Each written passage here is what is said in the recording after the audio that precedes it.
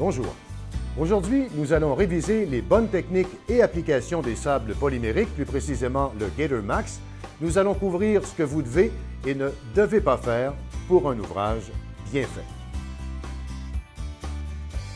Souvenez-vous, faites-le une fois en utilisant la vraie façon de faire, gagnez temps et argent, évitez les insatisfactions et soyez reconnus.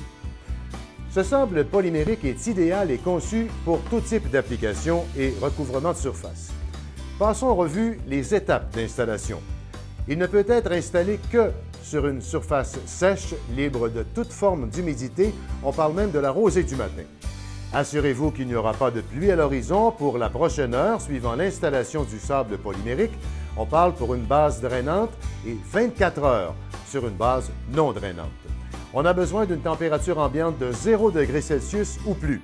On s'assure que tous les employés impliqués maîtrisent bien les étapes d'installation, ce qui va nous amener à un résultat et un ouvrage bien fait. Parfait. Quels sont les outils nécessaires? Premièrement, assurez-vous de bien lire les instructions sur l'endos des sacs polymériques. La sécurité, bien sûr. Assurez-vous que votre équipe porte masque et lunettes de sécurité. Donc, nous aurons besoin d'un boyau et d'un arrosoir réglable. On a besoin aussi de 2 types de balais, soit un à crin dur, afin d'épandre le sable entre les joints, et un balai à crin souple pour le balayage final. Aussi, on va utiliser une plaque vibrante d'une force centrifuge de 3500 livres pour un ouvrage existant qui sera seulement réaménagé, mais d'une plaque vibrante d'une force centrifuge de 4 à 5 000 livres pour un nouvel ouvrage. Et il ne faut pas oublier le matelas de compaction afin de ne pas abîmer la surface des pavés. Finalement, un souffleur à feuilles afin d'éliminer tout résidu de sable ou encore d'eau. Le sable polymérique est l'étape finale d'un ouvrage bien fait. Maintenant que nous avons couvert les outils nécessaires pour une bonne application, révisons son installation en 3 étapes. S'il vous plaît, la vidéo à la séquence de l'érosion. Parfait. Pour un ouvrage existant de recouvrement, nous pouvons y retrouver des problèmes d'érosion.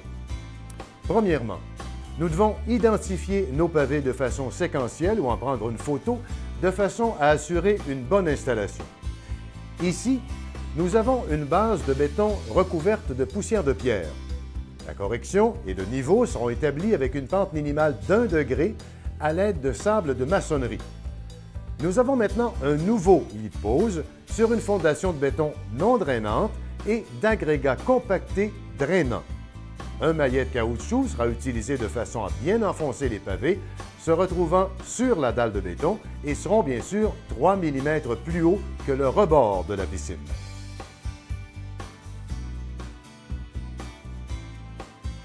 Maintenant, jetons un regard sur un aménagement dont l'ancien sable entre les joints devra être remplacé. D'abord, assurez-vous de retirer seulement le matériel retrouvé dans les joints et de ne pas endommager le lit de pose. Le mélange du sable polymérique a également été conçu afin de réduire la formation de nids de fourmis et la pousse de mauvaises herbes. Vous devez obtenir 24 heures de temps sec avant l'application du sable polymérique. Ainsi, gagnez temps et argent et évitez les insatisfactions. Pour un recouvrement, nous avons 4 types d'applications drainantes et non drainantes. 1. Vous avez une fondation typique d'agrégats compactés et un lit de pose avec base drainante. 2. Vous avez une fondation de béton renfloué d'agrégats afin d'obtenir le niveau désiré, donc une base non drainante. 3. Une fondation de béton avec soit un adhésif ou un lit de mortier, donc une base non drainante. Et 4. Une fondation de béton avec un lit de pose constitué de sable qui est toujours non drainante.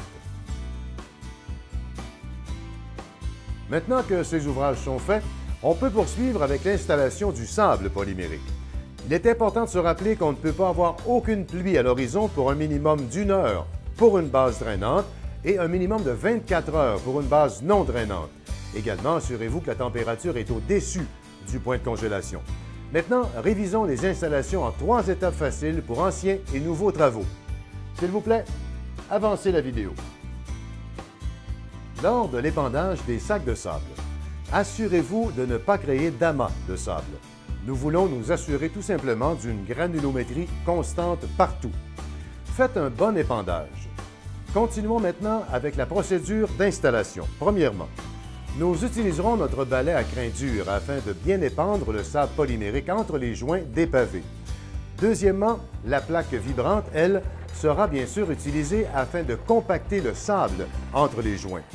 Puis, nous utiliserons notre balai à crin souple afin de balayer tous les résidus de sable de la surface pavée.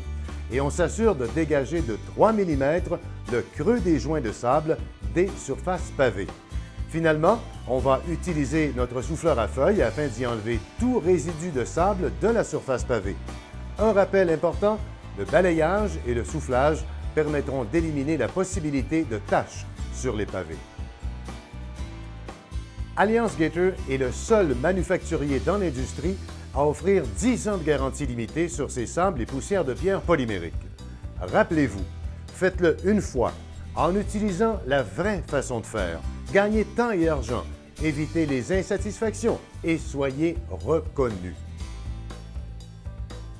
Poursuivons maintenant avec l'arrosage des surfaces et l'activation des polymères. 1. Ajustez votre arrosoir à mist ou encore à bruine et d'une hauteur d'environ 4 pieds arrosé. N'attendez pas plus de 3 ou 4 minutes entre les arrosages et assurez-vous de ne pas couvrir de trop grandes surfaces, car par une journée trop chaude, ça s'assèche rapidement et ça devient inefficace. Maintenant, d'une hauteur de 2 à 4 pieds arrosé et rincez de nouveau. Encore, n'attendez pas plus de 3 à 4 minutes entre les arrosages.